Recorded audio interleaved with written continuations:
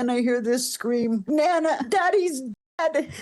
It cut my life in half. A failed suicide attempt is not a defense to murder. And even in a murder-suicide attempt, the other death or deaths are still murder. Somehow they came to the decision that when they were assaulting him, that wasn't self-defense, but when they were killing him, it was.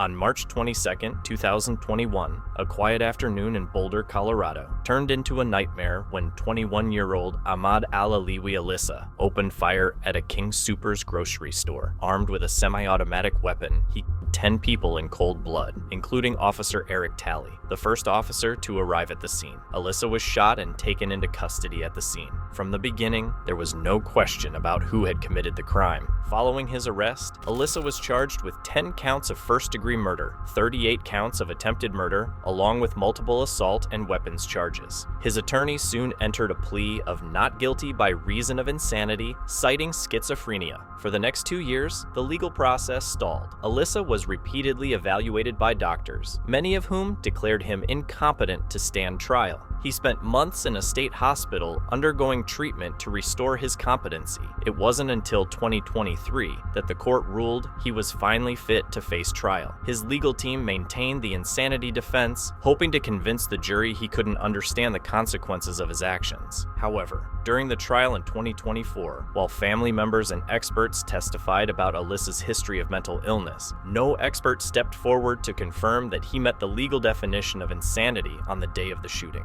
Meanwhile, prosecutors focused on his careful planning, how he researched mass shootings, bought weapons and gear, and chose a specific store to target, painting a clear picture of premeditation. After about 6 hours of deliberation, the jury delivered its verdict on September 23, 2024, guilty on all counts. The insanity defense was firmly rejected. During sentencing, the victims' families and survivors had their moment to speak. Erica Mahoney, whose father Kevin was killed, delivered a heartbreaking statement calling out the lack of remorse from Alyssa and his family. It bothered me when the defense attorney said there are no words when describing the pain and suffering. There are words, so many words to choose from, words that span language barriers. How about, I'm sorry? If we've never been denying he did it, then where's an apology? An iota of remorse from the defendant or his family would have gone a long way. Tried to get off my fear hat and said, get on my Nana hat and said, hi, honey. And I hear this scream, Nana, Daddy's dead. It cut my life in half. I couldn't even be a good Nana at that moment. I was just Eric's mom. Judge Ingrid Baca acknowledged that sentencing someone in a mass shooting case was uncharted territory. When I signed up to be a judge, they had no instruction for us in this type of a case. And thankfully so, because one would wish that you wouldn't need instruction on how to do a sentencing in this type of case. But unfortunately, that day has come that we need to start training judges on how you address so many victims of such a horrendous crime. She delivered a clear and unflinching judgment. 10 consecutive life sentences without the possibility of parole, one for each life taken, plus an additional 1,300 years for the attempted murder and weapons charges. She noted the difficulty of finding justice in such a horrific case, but hoped the sentence would help the community begin to heal. In November 2021, Alicia McFadden was driving with a blood alcohol level of 0.210, more than twice the legal limit, when she sped down Westport Road in Louisville and crashed into another vehicle. The collision killed 82-year-old George Herbig and his 76-year-old wife, Margaret, a married couple who were making a left turn at the time. Initially charged with 2 counts of murder, McFadden later reached a plea deal and admitted guilt to 2 counts of manslaughter. At her sentencing, McFadden addressed the court and apologized to the victim's family, expressing remorse and vowing to use her experience to educate others about the consequences of impaired driving. I am forever changed, and I vow to do my part to educate others about my experience. I hope your family can find peace. And I'm sorry. I do hope that anything that she does as far as helping others will prevent this from happening to other people, because it's an everyday event. Her attorney asked for leniency, citing her participation in substance abuse and mentoring programs while incarcerated. However, the judge sentenced her to 16 years in prison, rejecting the request for a lighter term. The Herbig family, while not speaking in court, acknowledged the shared pain of both families and expressed hope that McFadden's punishment and future advocacy might prevent similar tragedies. In March 2022, 4 high school students were waiting at their bus stop in Royal Palm Beach when Angel Antonio Lopez lost control of his SUV and struck them. 2 of the students, Tiana Johnson and Chand Wazir, were fatally injured while the other 2 survived. Investigators later revealed that Lopez had taken a high dose of the prescription sleep aid temazepam with no signs of alcohol in his system. He was reportedly speeding at the time and never applied the brakes. Lopez was arrested in April and charged with multiple offenses, including DUI manslaughter, vehicular homicide, and reckless driving. His bond was set at $440,000, and he was placed on house arrest with strict conditions. Tiana Johnson's mother addressed him in court. She was my only child, my best friend, and I have to wake up every day with this nightmare of living without her.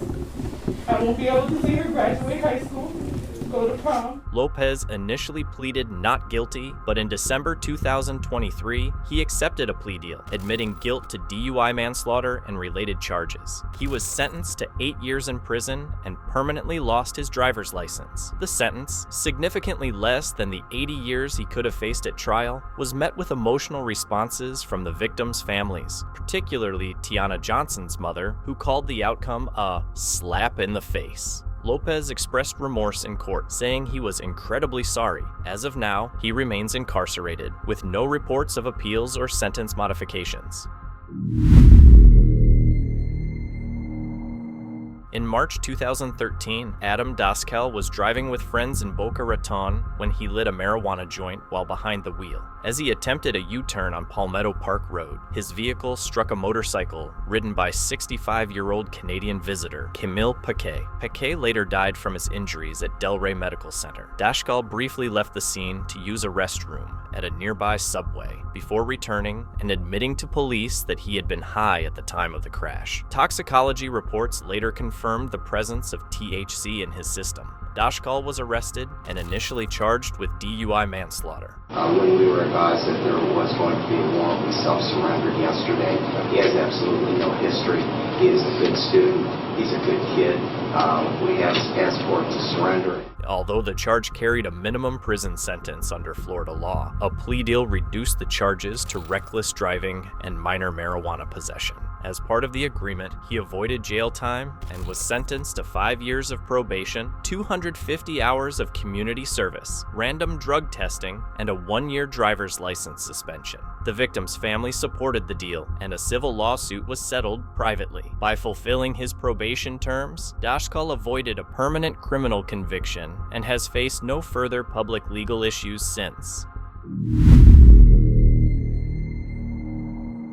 It has been nearly a decade since Crystal Rogers disappeared in Bardstown, Kentucky, and the long-awaited trial of Stephen Lawson is finally underway in Warren County. Lawson is accused of conspiracy to commit murder and tampering with physical evidence in connection with her case. Though the trial is being held over an hour away from Bardstown, the community there remains deeply invested. Crystal vanished in July 2015, and her abandoned car, with her belongings still inside, was found along the Bluegrass Parkway. The years that followed were marked by tragedy and suspicion, especially after her father, Tommy Ballard, was shot and killed in 2016 while searching for her. The pain and unanswered questions have lingered, affecting not only Crystal's family, but the entire Bardstown community. It's been a long journey for obviously the family, but also for the community. At times it would seem like there would be a flood of information and then long periods of no answers, no news. A lot of people are just looking for answers. I mean, the people that I talk to, that's what they're interested in. They're just interested in, let's hear from officials what their theory of the case is. what they think happened. As day one of Lawson's trial began, the courtroom in Bowling Green was filled with tension and anticipation. The prosecution outlined key evidence, including phone data allegedly placing Lawson near Crystal's abandoned car shortly after she vanished. Crystal's mother, Sherry Ballard, gave an emotional testimony, while former Detective John Snow walked jurors through early investigative steps and recorded interviews. Starting with Jason Ellis in 2013. Then Samantha and Kathy Netherland in 2014, then Crystal Rogers in 2015, and then ultimately her dad, Tommy, in 2016. This trial is seen as a pivotal step in a series of tragedies that have haunted Bardstown for years, beginning with the murder of Officer Jason Ellis in 2013, followed by the killings of Kathy and Samantha Netherland in 2014, Crystal's disappearance in 2015, and her father's death in 2016. Now, many hope this trial will finally bring long-awaited answers and a measure of resolution. In 2010, Laura Reale ran a red light in Charlestown. 27-year-old Colin Foote, who was riding a motorcycle. At the time of the crash, she had more than a dozen prior driving violations and admitted to using marijuana that morning. She pleaded guilty and was sentenced to 10 years in prison with 8 years to serve, but was released after serving 5. Despite the severity of the crash and her history of reckless behavior, she was given another chance under probation. In the years following her release, Reale repeatedly violated probation terms.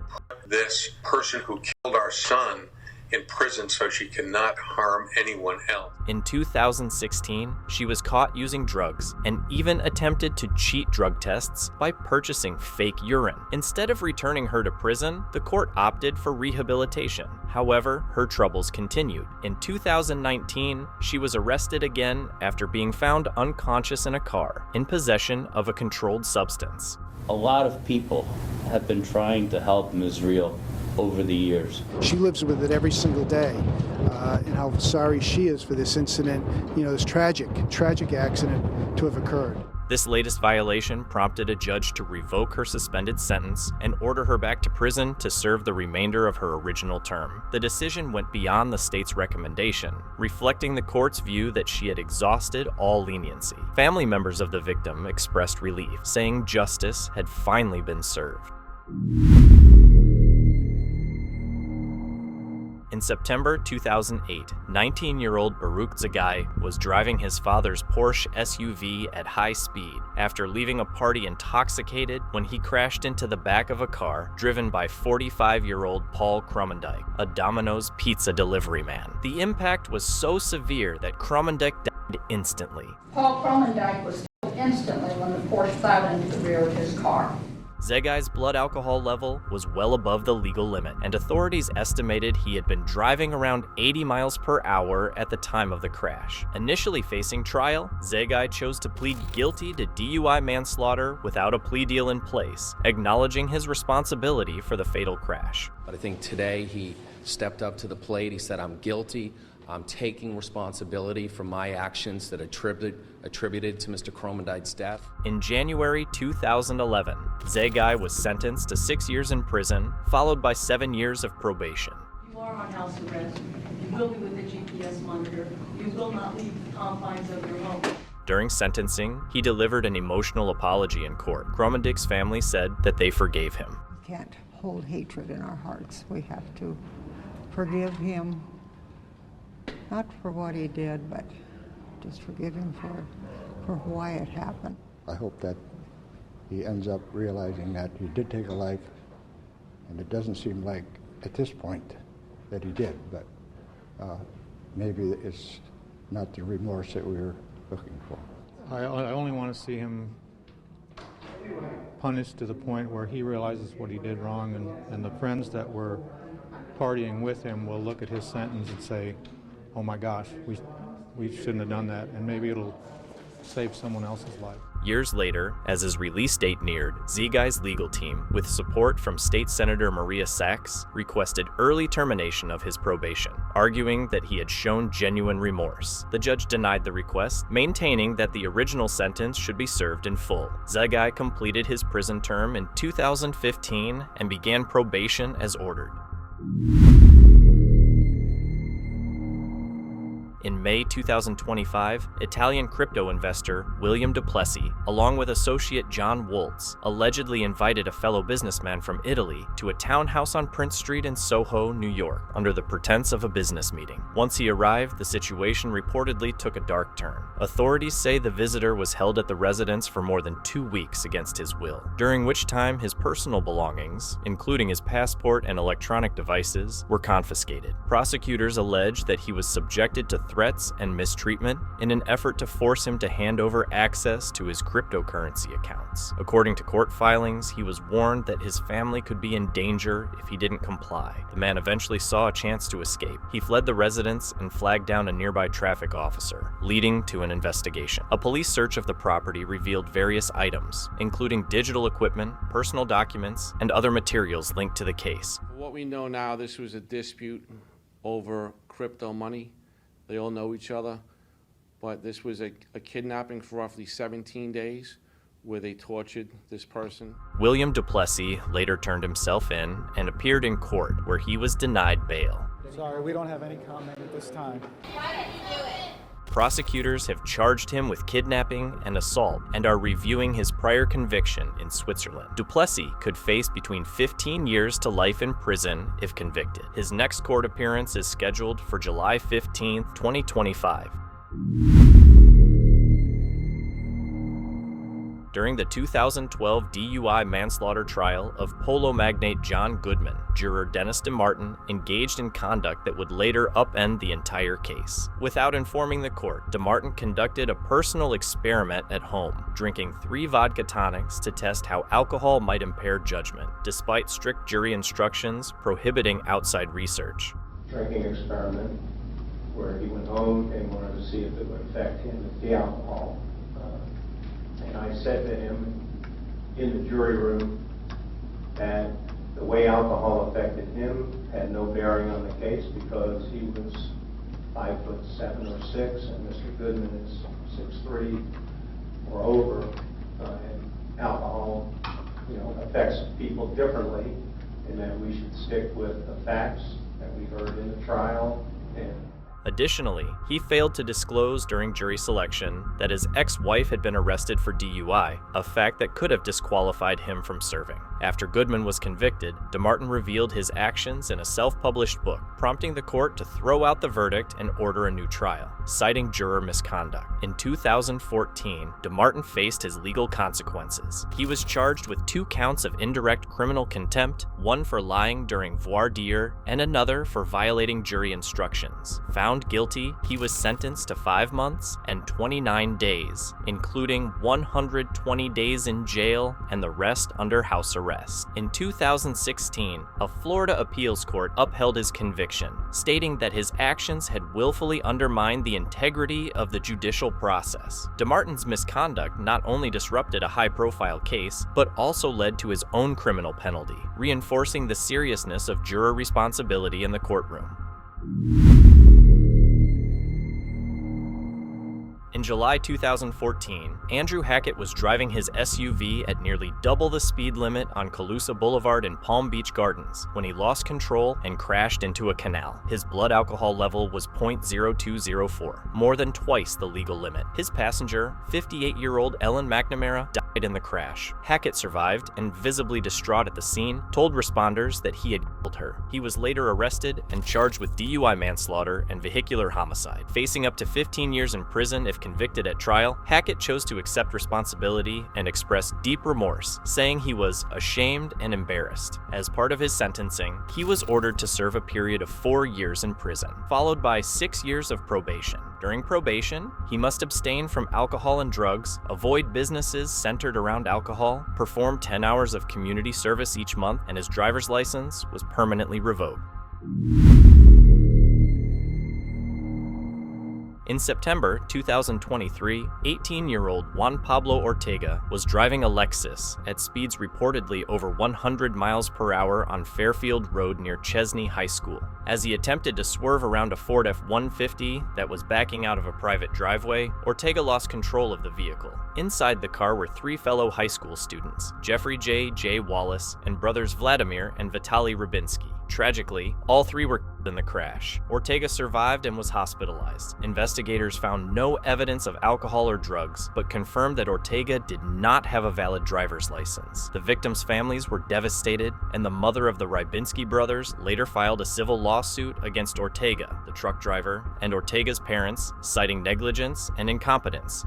In January 2024, Ortega was charged with 3 counts of reckless homicide and driving without a license. He was released under house arrest with an ankle monitor. On May 27, 2025, Ortega appeared in court and pleaded guilty to the charges. A judge sentenced him to 8 years in prison with credit for over 600 days already spent under electronic monitoring. His sentencing marked the end of a painful chapter for the victims' families, who had spent nearly 2 years waiting for justice. The civil case against Ortega and others remains ongoing. On the evening of November 1st, 2017, shoppers at a Walmart in Thornton, Colorado, experienced a moment of terror when 47-year-old Scott Allen Ostrom entered the store just after 6 p.m. and began shooting. Without warning or a word, he calmly walked through the store and opened fire in under 20 seconds. 2 men, Carlos Moreno, 66, and Victor Vasquez, 26, died at the scene, while a woman, Pamela Marquez, 52, was critically injured and later succumbed to her wounds at the hospital. Ostrom then exited the store and fled in a red Mitsubishi Mirage, vanishing before police arrived. The attack appeared entirely random, with no known connection between Ostrom and the victims. As law enforcement launched a wide-scale manhunt, surveillance footage and witness reports quickly led to the identification of Ostrom. About 14 hours later, on the morning of November 2nd, 2017, he was arrested without incident near his apartment in Westminster, thanks to a tip from a local resident. He was taken into custody and held at the Adams County Detention Center. The following day, November 3rd, Ostrom made his first court appearance. Wearing a jail-issued uniform and showing little emotion, he answered the judge's questions with short responses. Ostrom, Your Honor. Ostrom, thank you. Good morning, Mr. Ostrom. Entrances? Good morning, Your Honor. Dave Young, just read for the people. Morning. Morning. Emily Fletchman on behalf of Mr. Ostrom, who does appear with me this morning. We are here for an initial advisal. Just to be sure, I don't see anything yet filed, is that correct? That's correct, Your Honor. All right. Ms. Fletchman, I'll leave it to you whether you want to be at the podium or at the table, since this is simply an advisal. You want to stay at the table? That's fine. Mr. Ostrom, I do need to advise you on certain matters involving this case. You have the right to make no statement. Any statement made can and may be used against you. You have the right to have an attorney represent you. If you are indigent, which means unable to afford to hire an attorney, and you qualify under the guidelines of the court, you have the right to request appointment of counsel or consult with the public defender before any further proceedings are held. Now, I have appointed the public defender for you because you are in custody, and as long as you remain in custody, the public defender will remain appointed unless private counsel enters. Do you understand these rights? Yes. You are being held for investigation of the crime of first-degree murder. The possible criminal penalties for that offense are either life in prison without the possibility of parole or death. The district attorney must file charges within 72 hours. You intend to file by Monday? Your Honor, I believe Rule 5 indicates that there's without unnecessary delay. It's not specific as to 72 hours. It's the people's request that we are given till Wednesday to file charges on this case due to the amount of agencies that were involved in this investigation. We're talking about massive amounts of police reports and investigations. If the court pushes us, we could certainly have charges ready to go on Monday. But it's our preference that we do it on Wednesday. And quite frankly, I don't see any prejudice to the defendant because I think we could still be ready to have a preliminary hearing within 35 days of today, for that matter. So that's the people's request, and I think the defense is objecting to that. And Judge, we do it correctly. We would ask your charges be filed within 72 hours.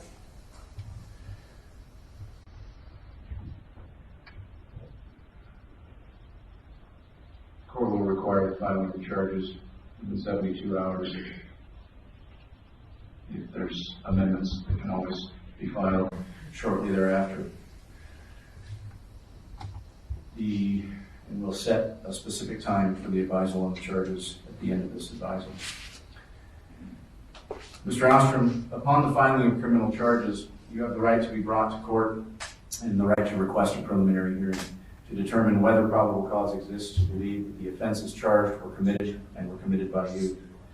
The preliminary hearing shall be held within 35 days of the date of the setting unless good cause for continuing the hearing beyond that time is shown. If probable cause is found, you would then be bound over for arraignment and will have the right to request a trial by jury of 12 or by the court. Do you understand these rights? Yes. Any plea you make must be voluntary by you and not the result of any undue influence or coercion by anyone. If the matter is bound over for trial, you will have the right at trial to be represented by an attorney. Again, I have found you indigent since you're in custody and have appointed the public defender for you, and they will remain your representative unless private counsel enters. At trial, you are presumed innocent of all of the charges filed against you, and the burden of proving that you committed the offenses would be on the district attorney to prove beyond a reasonable doubt each and every element of the crimes charged against you. Before a jury or a court could find you guilty, the district attorney would have to prove that you committed the crimes beyond a reasonable doubt. A defendant is never required to prove anything at the trial. At the trial, you have the right to confront and cross-examine all witnesses called by the district attorney to testify against you. You have the right to call witnesses and to subpoena witnesses to require that they appear in court. At trial, you could choose to testify, or you could choose not to testify. That would be entirely your choice. If you choose not to testify, that decision could not be used against you at trial because the defendant is never required to prove anything at trial. If after a trial you were found guilty of any or all of the charges, you have the right to ask an appellate or higher court to review any mistakes of law that have been made during the trial. And you have the right to a speedy and public jury trial. Do you understand these rights? Yes.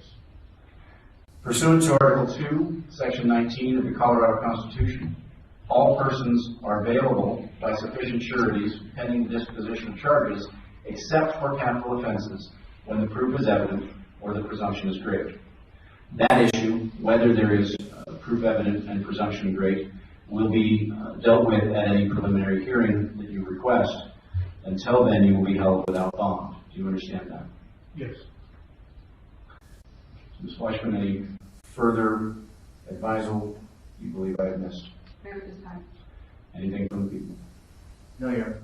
The judge ordered him held without bond and informed him of the charges being considered. During this brief appearance, Ostrom's public defender requested that the Walmart crime scene be resealed for the defense's access, but the judge denied the motion. On November 6th, Ostrom was formally charged with 6 counts of first-degree murder, 3 for acting with deliberation, and 3 under the category of extreme indifference, along with 30 counts of attempted first-degree murder, 1 for each person present during the shooting. Prosecutors also added a sentence enhancement that could double prison time for certain charges. The defense and prosecution began preparing for a lengthy trial, and a preliminary hearing was scheduled for early 2018. However, as the case progressed, concerns about Ostrom's mental state came into play. On February 5th, 2018, the court ordered a competency evaluation. After spending time at a state psychiatric facility, Ostrom was found competent to stand trial on April 2nd. In August, a judge entered a not guilty plea on his behalf and set the trial date for January 28, 2019. At that time, Ostrom's legal team was still weighing whether to pursue an insanity defense. Before the trial could begin, Ostrom accepted a plea agreement. On October 10, 2018, he pleaded guilty to all murder and attempted murder charges in exchange for avoiding the death penalty. 9 days later, he was sentenced to 3 consecutive life terms without the possibility of parole, plus an additional 48 years.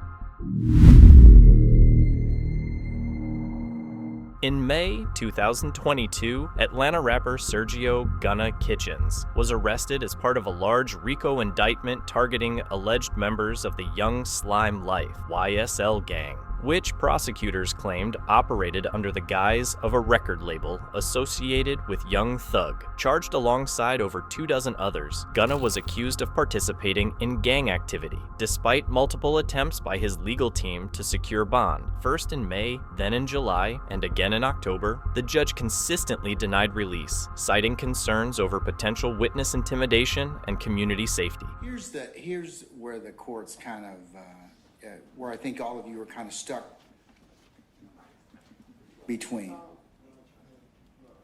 There is the standard for bond, which is a preponderance of the evidence. And then there is, and that proffers are authorized by our state Supreme Court for bond. They are not offered or not authorized unless otherwise agreed to for trial.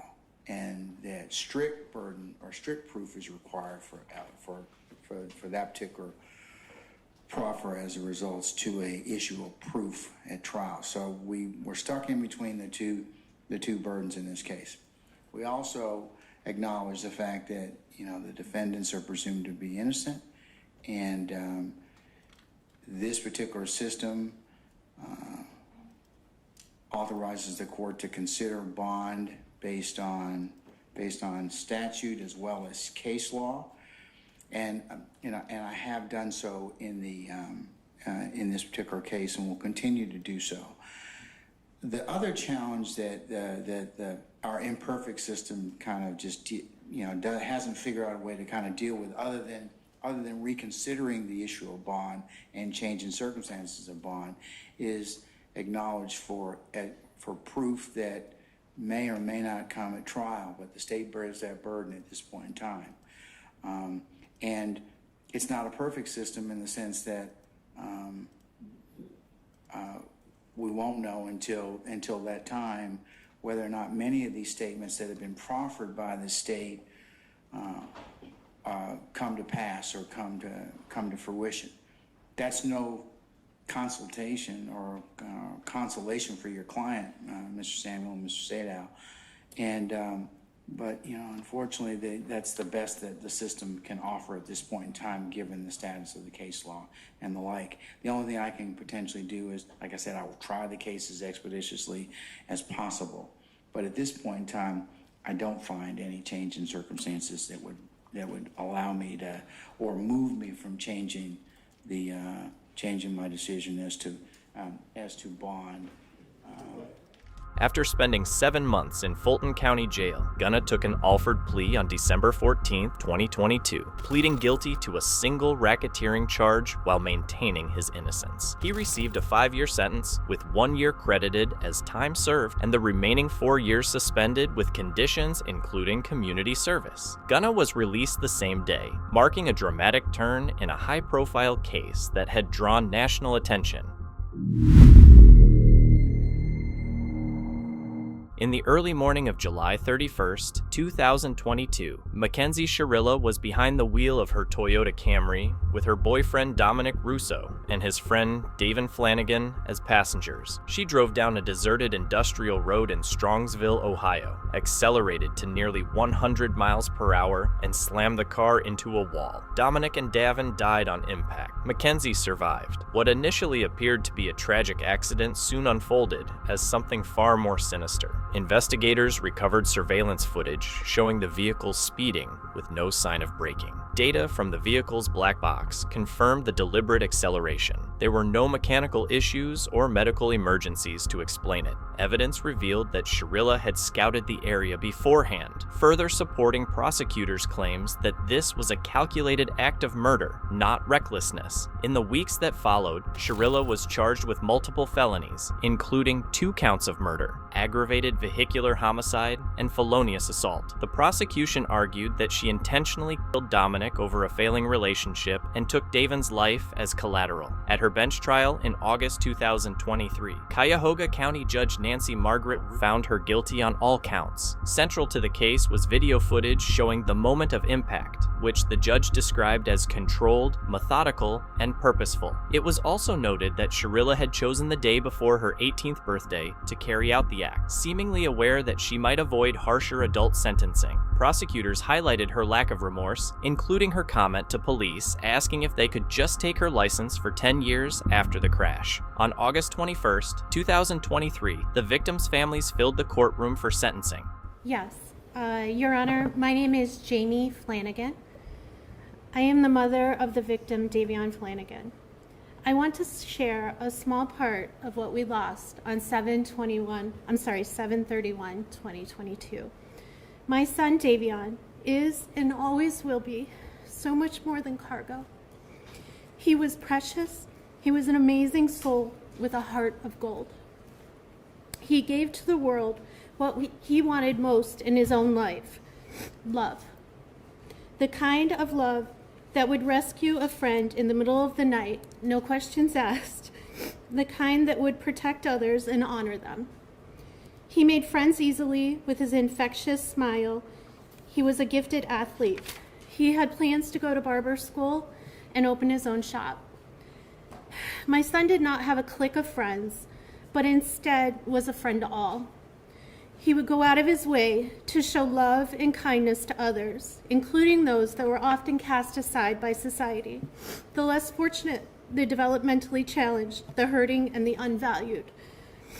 Davion made sure that everyone that crossed his path knew that he truly saw them, that he valued them, and that they were worth his time.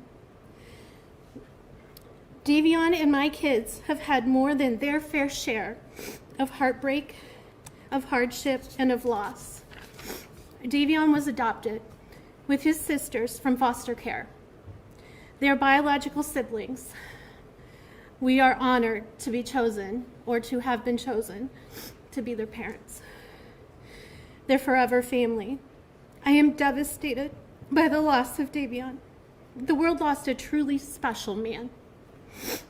My girls lost their best friend, their protector, the one and only trusted family that has been by their side from day one. Hi, Your Honor. My name is Dylann Flanagan. Davion was my older brother. The passing of Davion Markel Flanagan has been very difficult for me. We have gone through everything together since day one. Davion was a big brother to me and my younger sister, Dalia. We all got adopted together in 2012. After Davion passed away, a lot of trauma and past pain has came into my life, causing it to be difficult to heal from this trauma event, or this traumatic event. Davion was not just a big brother to me, but a role model in many ways. He was the person I trusted the most because he made me feel safe. He taught me the importance of cherishing each moment and enjoying life. The memories we have are strong, but losing him has shown me the value of life. He has how God works in ways you can't understand, but is worth it in the end. I don't want this pain for anyone else. I don't want people to have to go through this. As an 18-year-old, I hate the fact that he has gone because someone decided to take his life. Now that Davion is gone, I feel stuck. I feel as if I can't move forward. I feel lost. He was the one who picked me up when I fell. He was my best friend and the only person that has stayed with me since I was born. I would like you to give Mackenzie the longest possible sentence. I've known her for about 3 years, and as she's always taken the easy way out. You shouldn't be able to take the easy way out when it comes to murder. It's completely unfair that no matter what sentence you give her, she will be eligible for parole, while my brother will be gone forever. Thank you, Your Honor.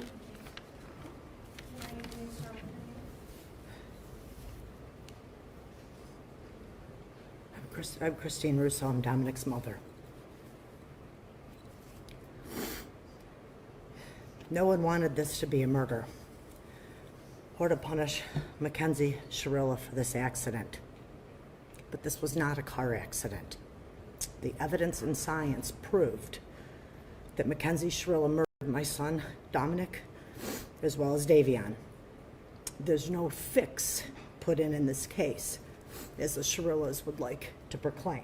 Jamie Flanagan, Davin's mother, remembered her son as a compassionate, joyful young man who had been adopted from foster care along with his siblings. Davin's sister, Divine, spoke through tears, saying she felt lost without her older brother, who had always been her protector. Christine Russo, Dominic's mother, stated unequivocally that this was no accident. Shirilla had made a choice to kill. She criticized Shirilla's post-crash behavior, including attending Halloween parties and concerts, and said she showed no remorse. My name is Angelo Russo. I'm one of Dominic's older brothers, and I'm speaking today for myself and also on the behalf of our siblings and our friends. Sorry. Dom may have been young, but he made the most of each day and had an impact on the lives of his friends and his family. Dom was a businessman, an athlete, a song producer, and an entrepreneur. Dom was not only my brother, he was also my best friend, and the friends in this courtroom also say Dom was their best friend. Many of my brother's interests and goals were centered on learning more about himself and how he could become a better person. He was always doing what he could to learn about others, how he could understand different situations, different cultures, and how he could better the community. Dominic's brother, Angelo Russo, described him as an ambitious, selfless young man who read daily, started businesses, and planned to serve in the military. He called Shirilla the most selfish person he had ever known. Judge Russo acknowledged the deep pain in the room and addressed the complex emotions surrounding the sentencing. She made clear that the evidence left no doubt this was a premeditated act of murder, not a momentary lapse in judgment. Today is the sentencing of the defendant for the purposeful and intentional murders of Dylann Flanagan and Dominic Russo. And in a way, it's the second time their families are gathered again to grieve. It's also a day when Mackenzie's family will grieve for the future of their daughter. All three of these families and the friends of these families are suffering, and all of their lives have been irrevocably changed because of the actions of the defendant. The unintended and collateral consequences of a selfish, intentional, and cruel decision by Mackenzie will ripple forever in time. It's literally changed history because it's ended two lives. Two young men are dead. Their deaths were horrible, terrifying, and tragic. I will say again, if any reasonable person reviews Exhibit 802, there can be no doubt in your mind what happened this night. There can be no doubt of the absolute terror of the two people in that car. The defendant controlled all the events. She chose the day. Specifically, she chose a day just before her 18th birthday. She chose to drive the car, the time to drive the car. She chose an obscure, previously scouted route through an industrial parkway. She chose the target to hit and the victims. She chose the means and the method to follow through. And she planned and purposefully executed the events of July 31st, 2022. The review of the evidence supports the factual findings, the forensic testimony, the testimony of the first responders, the testimony of the emergency room doctors who treated the defendant, the testimony of the coroner's medical examiner, the testimony of those who knew the victims and the defendant, and the testimony of the BMV official who provided evidence that not only did the defendant deny any medical condition when applying for her license, which her mother co-signed and attested to, but also that just after the accident, Mackenzie renewed her driver's license and again denied any medical condition. In fact, the defendant was so concerned about driving that, as the state mentioned, during the investigation, she asked if they could just suspend her license for 10 years. It is hard to fathom how a person could be concerned about their driving privileges, having just been responsible for the deaths of 2 people. There was no medical condition that caused this as an accident. There was no mechanical failure of the car. The record is clear on the facts and the evidence. Her mother's uncorroborated statements without any medical testimony or records is not persuasive. It is also important to remember that even if Mackenzie intended to also die in this crash, that is irrelevant. A failed suicide attempt is not a defense to murder. And even in a murder-suicide attempt, when the perpetrator executing the plan survives, the other deaths are still murder.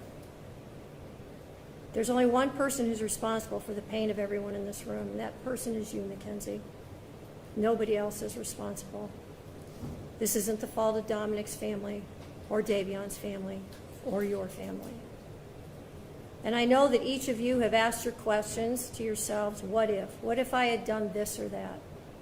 The truth of it is, none of us can control the intentions of another. And when there is a purposeful intent to harm or kill someone, it is the perpetrator alone who bears the responsibility for the choice and the consequences and the harm that follows. The difficulty for sentencing today, honestly, is whether or not I believe you should get consecutive sentences. I'm troubled that should I give you a concurrent sentence, that people will believe that somehow I'm being disrespectful to one of the victims. And on the other hand, I have to weigh the punishment. There's a very good likelihood, Mackenzie, that you will spend the rest of your life in prison. That won't be up to me. That will be up to the parole board, and that will be up to you to a great extent. I understand that the pain in this room wants me to impose the harshest sentence, but I don't believe that would be the appropriate sentence, because I do believe that Mackenzie will not be out in 15 years. So she's sentenced on count 2, the murder of Davion Flanagan, 15 years to life.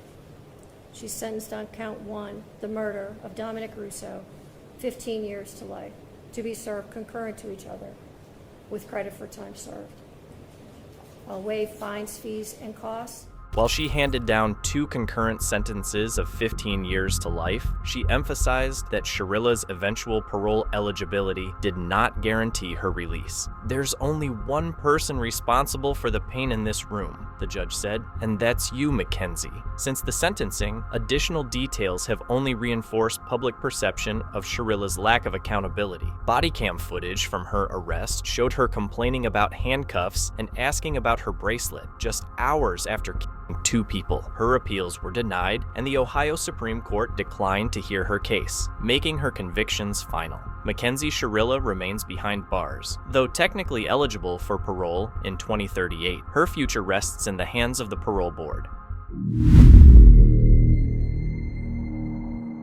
In June 2022, Ethan Liming was beaten to death outside the I Promise School in Akron, Ohio, after he and his friends shot a toy pellet weapon at a group of individuals, including brothers Deshaun and Tyler Stafford. What began as a prank quickly escalated into a deadly confrontation. Deshaun and Tyler were later charged in connection with the incident, with prosecutors pursuing multiple counts, including involuntary manslaughter, aggravated assault, and assault. The trial, which unfolded over several days in September 2023, was closely followed by the local community and media. All right, ladies and gentlemen, I understand that this has been an emotional process for everyone. I would remind everyone to please maintain the decorum of the courtroom and refrain from any outbursts as I read the verdicts. Count 1, which is involuntary manslaughter based upon aggravated assault, that is as to defendant Deshaun Stafford. This is the count upon which there has not been a verdict. As to count 1, the jury has considered this count for a considerable length of time and reported to the court that it is unable to reach a verdict. The court accepts this conclusion and finds that there is no probability of the jury agreeing and would declare a mistrial as to count 1. As to count 2, we, the jury, being duly impaneled and sworn, do find the defendant, Deshaun Stafford, guilty of the offense of aggravated assault. And it goes on that we do so render our verdict upon the concurrence of 12 members of our said jury. It is dated September the 22nd and is signed by 12 members of the jury. As to count 3, which is involuntary manslaughter for the defendant Deshaun Stafford, we, the jury, being duly impaneled and sworn, do find the defendant Deshaun Stafford not guilty of the offense of involuntary manslaughter as a proximate result of committing or attempting to commit assault. It is dated September the 22nd and signed by 12 members of the jury. As to count 3, involuntary manslaughter based upon assault as to Tyler Stafford, we, the jury, being duly impaneled and sworn, do find the defendant Tyler Stafford not guilty of the offense of involuntary manslaughter as a proximate result of committing or attempting to commit assault. It is signed September the 22nd and is dated September the 22nd and signed by 12 members of the jury. As to count 4, this as to defendant Deshaun Stafford, we, the jury, being duly impaneled and sworn, do find the defendant Deshaun Stafford guilty of the offense of assault. It is dated September the 22nd and signed by 12 members of the jury. And then count 4, as to Tyler Stafford, we, the jury, being duly impaneled and sworn, do find the defendant Tyler Stafford guilty of the offense of assault. It is dated September the 22nd and signed by 12 members of the jury.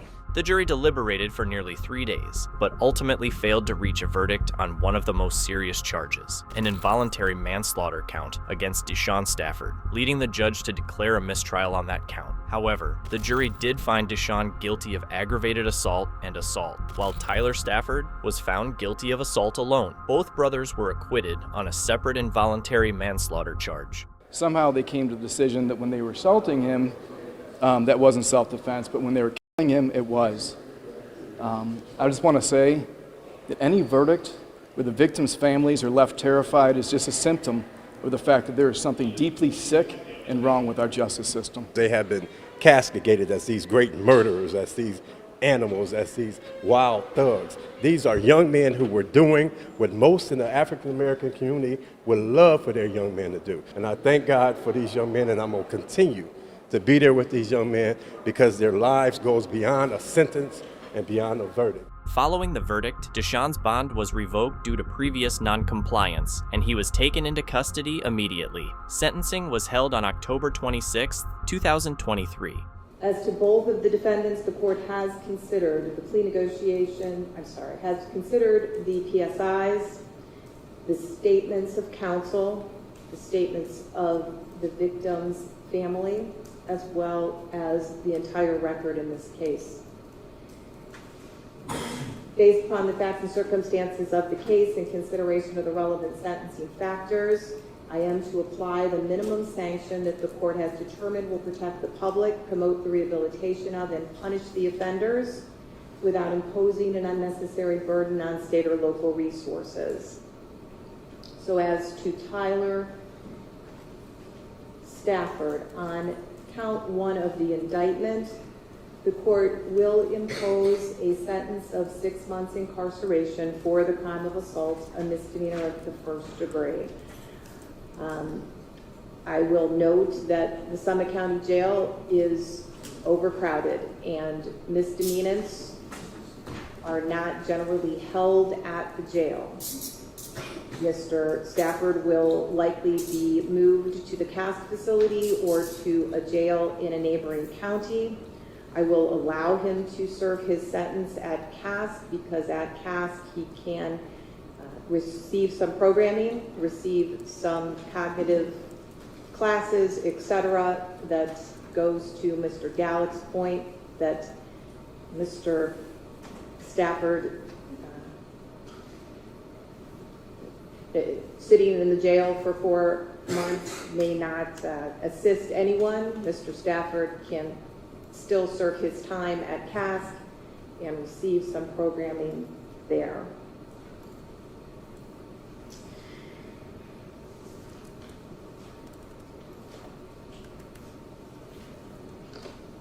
As to defendant A, Mr. Deshaun Stafford, as I stated, Mr. Stafford has been found guilty of 1 count of aggravated assault, a felony of the 4th degree, and 1 count of misdemeanor assault.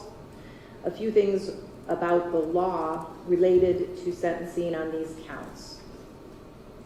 First, pursuant to statute, whenever a defendant is found guilty of both a misdemeanor and a felony, any period of incarceration imposed for those offenses must be served concurrently or at the same time.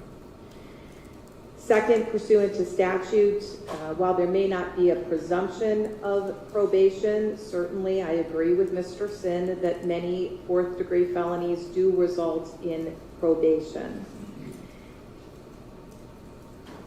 For most felonies of the 4th degree, indeed Ohio law under the TCAP statutes requires those sentences to be served in the local jail and not in the state prison system. However, where the offense is an offense of violence, as is the crime of aggravated assault, and where the seriousness of the offenses is considered and other factors are present, a prison term may be imposed. In this case, the maximum prison term that the court could impose is 18 months incarceration. I have considered all of the relevant factors. I do believe that this case is among the most serious forms of the offense of aggravated assault. The victim suffered serious physical harm, and the sentence will be proportional to the harm caused. The defendant also has a misdemeanor crime of violence and a felony offense as a juvenile, and he did have violations of pretrial supervision and GPS monitoring, which may indicate a likelihood that community service or community control would not be successful.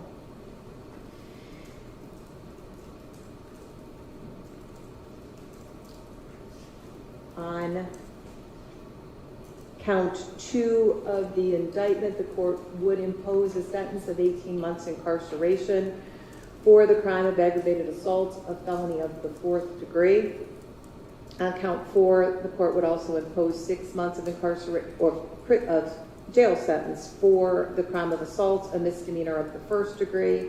Again, pursuant to Ohio law, those would be served concurrently for a total of 18 months incarceration. Mr. Stafford,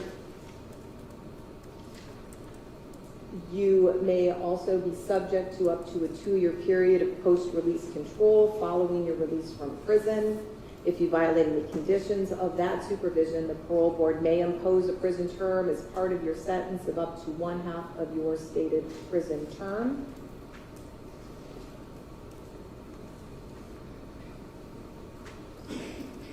I'm not going to impose any fines. I will order that the defendants pay court costs.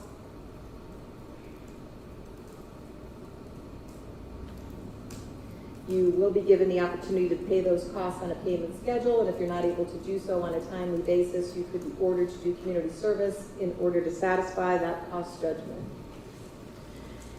I do have 56 days credit for defendant B, Mr. Tyler Stafford. I have 137 days credit for time already served for Deshaun Stafford, defendant A. Deshaun Stafford received 18 months in prison and an additional 6 months in jail. Tyler's sentence, related only to the assault conviction, was less severe and did not include prison time. Now, as of mid-2025, Deshaun Stafford has completed his sentence and is attempting to move forward with his life. The manslaughter charge that resulted in a mistrial remains unresolved, and the Liming family still seeks full justice for their son's death. Big thanks to our viewers for joining the courtroom journey with us. Your interest in the stories of justice is what keeps our channel alive.